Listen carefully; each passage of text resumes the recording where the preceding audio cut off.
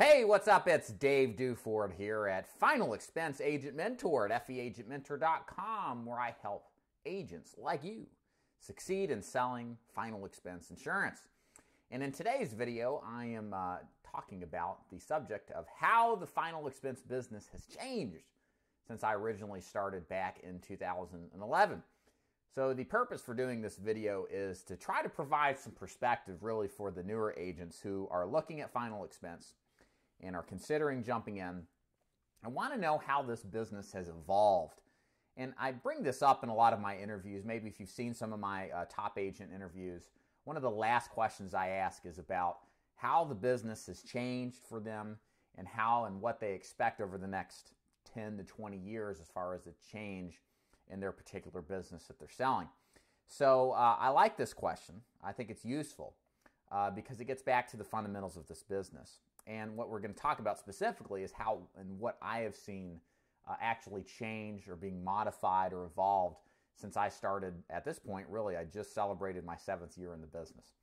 So here's how I'm going to do it. I'm going to break it down into 4 different areas, or 3 or 4, and kind of give you some perspective on what I've seen change, what I've seen basically have been altered since it's first started. And I think by the conclusion here, you're going to be a little surprised at what you find out. And I think for you new guys, this surprise is going to be a positive thing for you.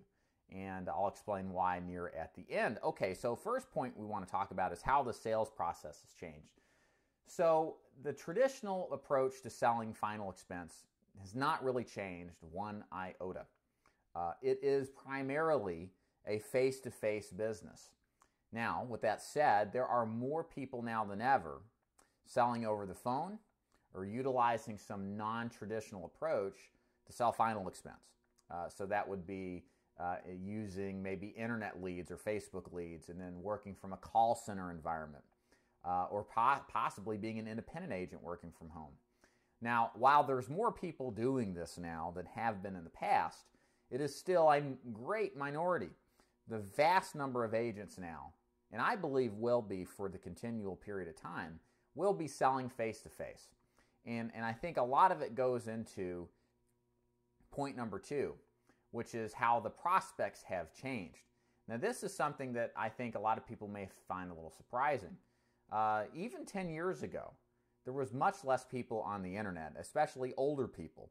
But now the people in their 40s, late 40s, are now in their late 50s. And they're aging into an environment where they're comfortable using their smartphone, they're comfortable using their computer to find information, to do their due diligence. And a lot of the traditional marketing methods, a lot of the traditional sales methods are being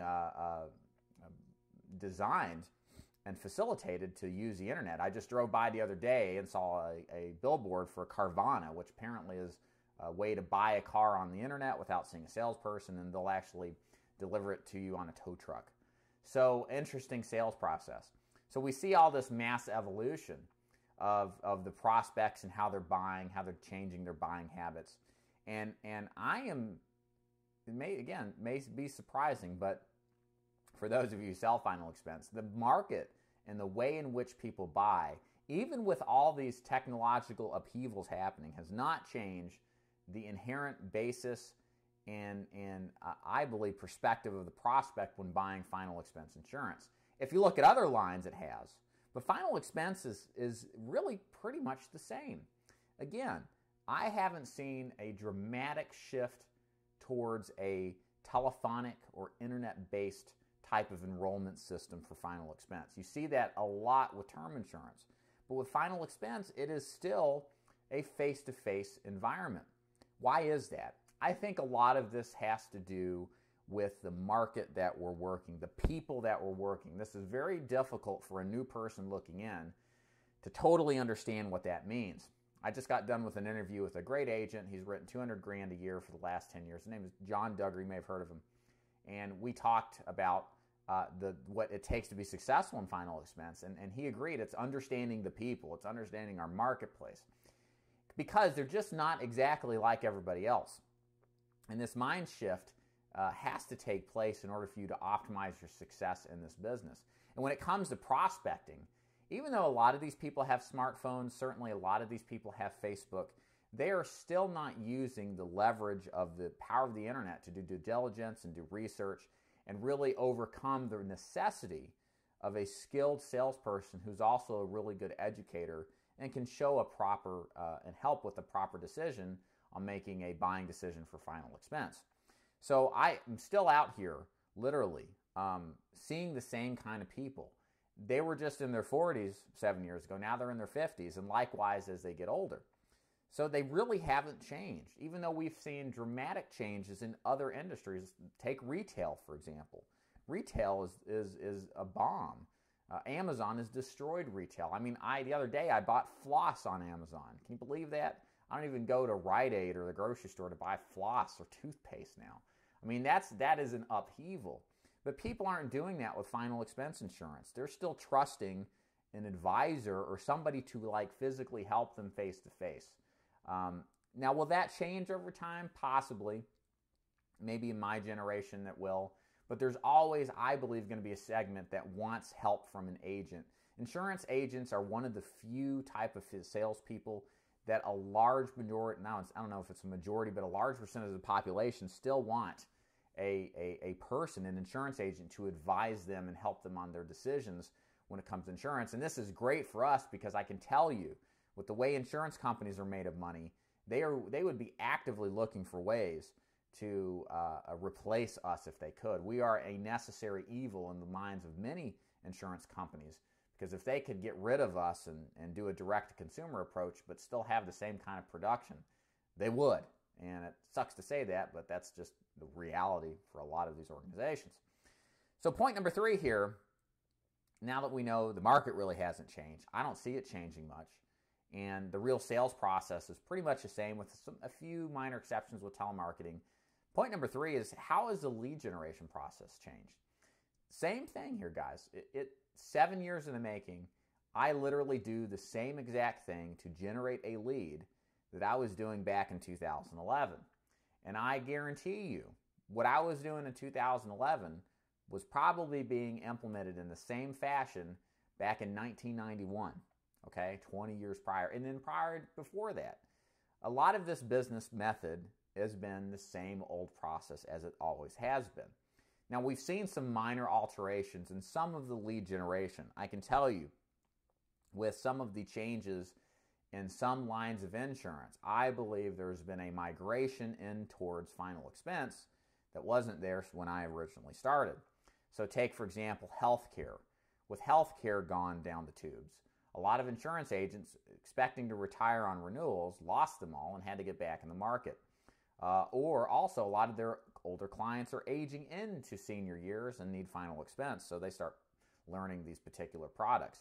You also have Medicare Advantage agents that for the longest time were just getting hammered and having a real hard time making a solid run of this business, transitioning into this business. Same with mortgage protection. A lot of that's loosened up a little bit, but especially between the Great Recession era, there was a lot of this transition towards final expense because we have demography on our side. We have aging seniors, and it's not going to change for decades. And so there's a lot of positivity, and with that comes an influx of interest and people who are going to do the same kind of lead generation program I recommend. It's not any kind of secret. It's something that's always been out there. It's been worked. It's been successful. And people just scale it up to the ability that best they can. But what we're seeing right now is and again, this is a progressively growing problem. I don't think it's something that necessarily is going to end the business or anything like that, but there's a progressively growing problem with just marketing saturation.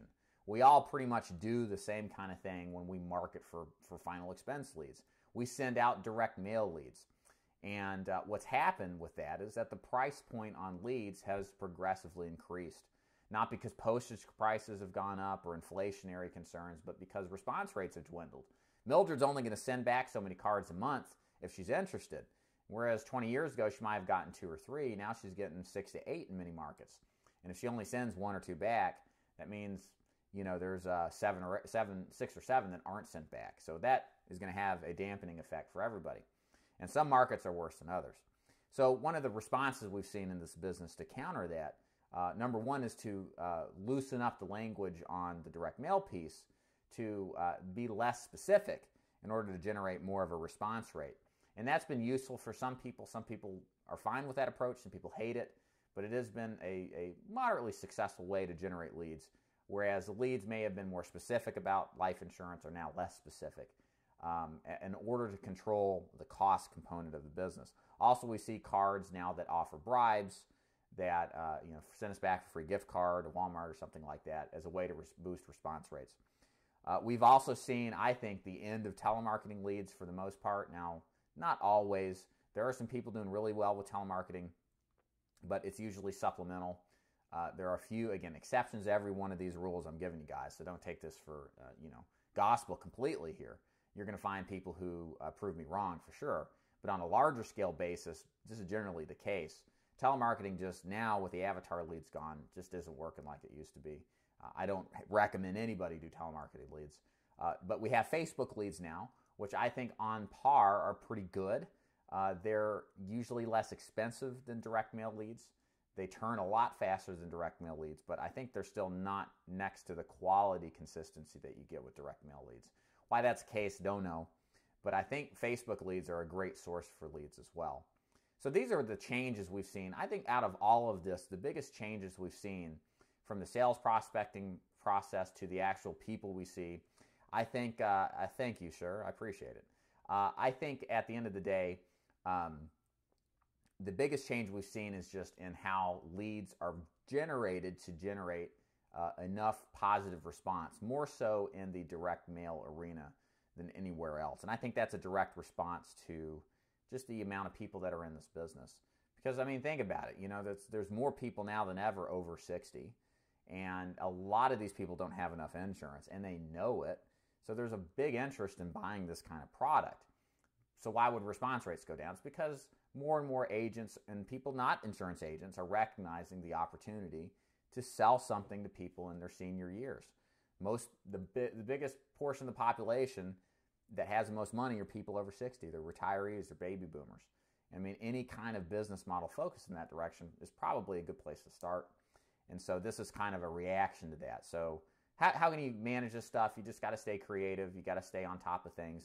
You got to be able to generate leads. You got to get a fixed price lead program if you can. That makes a huge difference. You got to be able to control for the risk for a low response run. You've got to be able to stay on top of things. That's right. Money goes up over time. How'd you get that in there? That's pretty cool, that graph there. Cool. All right. So why is this all like good news for the most part? Well, I think kind of hinted around at this. This is one of those businesses, and when you sell final expense, that you don't need to be some sort of technician. You don't need to be some sort of rocket science. You don't need to worry about learning a ton of technical data in order to sell this effectively. Final expense on par really has not changed much. And every top producer I've talked to has all agreed that they don't see this business changing much in 10 years or even 20 years from now. Yeah, we may get more leads developed over the internet. We'll probably see more people buy over the internet or through a call center environment. But the nature of the people, the nature of the business of final expense will remain the same, no matter if we're selling in whatever year it is. Because a lot of it comes down to the fact of the market we're seeing. Again, that's different than selling final expense to somebody who is interested in a life insurance plan versus selling a final expense prospect. It's a subtle nuance of a difference, but it makes a huge impact on your thinking of this when you actually work both of these markets. Because you can work a person who is middle market and buys a final expense plan, but it's not the same as the marketplace of the final expense market, which is lower income, usually little to no savings, and they just think differently. You just have to kind of see it in order to better understand it. And that thinking process isn't going to change, because I would wager that this is human behavior in its natural form. And unless people change or something dramatically changes, people do what they do. They've always done what they've done. There's nothing new under the sun. So at the end of the day, I think this process will continue to be more or less the same. And this is a very good thing for you guys, because if you think about it, think about being in retail 10 years ago. Okay, think about, just being a regular clothier, right? And now, 10 years later, Amazon is in the clothing business. You've got to compete against Amazon, instant orders, next day delivery, free returns. The competition is incredibly stiff, and they've got such a technological advantage and just the convenience factor that a lot of brick and mortar stores don't have to deal with. And so you see these huge upheavals, and you would think it would extend, and it does in many industries, but final expense is one of those that where the old boring method of boring direct mail leads and just knocking on their doors or showing up or setting an appointment and spending an hour with them to help them with something, will continue to work exactly the same. And what you're doing today and then 10 or 20 years from now is exactly the same as it was 20 years before. And so there's a lot of certainty in this, in the sense that if you just want a business where you can get out there, where you can see people and you can help them, and you don't have to worry about these huge compliance concerns or issues like you would with, say, annuities or financial planning, or you got to worry about technological advances that will eliminate your job. You don't have to in this business. It comes down to work ethic. It comes down to connecting and understanding this market and doing your best to help out the people that you see. So in short here, in summary, bottom line, not much is going to change. All you have to do is commit to a boring old process that has always worked, and jump in with both feet. Just like anything in life, you got to be totally committed to be successful. And the bottom line is you need a sales and marketing plan to do so. And if I can help you with that, that's where my shameless plug comes in. Of course, I recruit agents across the country and help them become successful final expense agents. And if this is something you're interested in, I would recommend you go to my website. It's feagentmentor.com. Click the contact box. Send me a message. I'll be happy to give you some information on how my program works so you can determine if what I do makes sense for you.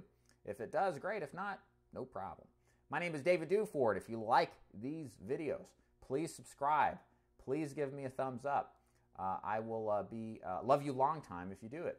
And then after that, you'll get videos daily, Monday through Friday, on all sorts of subjects about life insurance, final expense, and that kind of thing. So thank you so much for watching. I do hope you have a pleasant and fantastic weekend, and we shall see you shortly. Take care, and good night.